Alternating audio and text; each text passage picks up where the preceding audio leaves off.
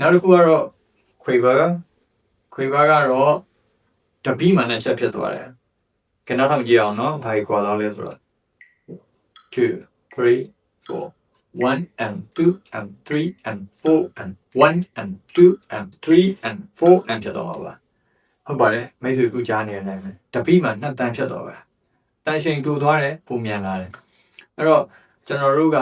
down up down up down up down up ပထမတော့4တန်းဆိုလို့ရှိရင်ကျွန်တော်က8တန်းဖြစ်တော့ပါဘူးအဲ့ဒီ8တန်းကတပီးမှ down up နှစ်ခါဖြစ်သွားတယ်ဟောပါပဲကဲကျွန်တော်တို့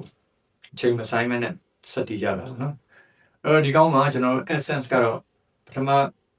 exercise တွေလိုပါပဲအလားတူပါမပြောင်းလဲပါဘူး1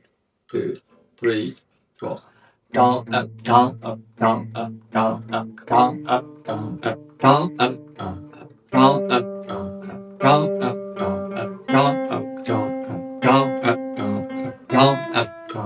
down up down up down up down up down up down up ကျွန်တော် essence ကိုဇက်ကလည်းပြောရင်းနဲ့ count လုပ်ပြီးတော့ကျွန်တော်ပြောပြသွားတယ်ပေါ့နော်မိတ်ဆွေတို့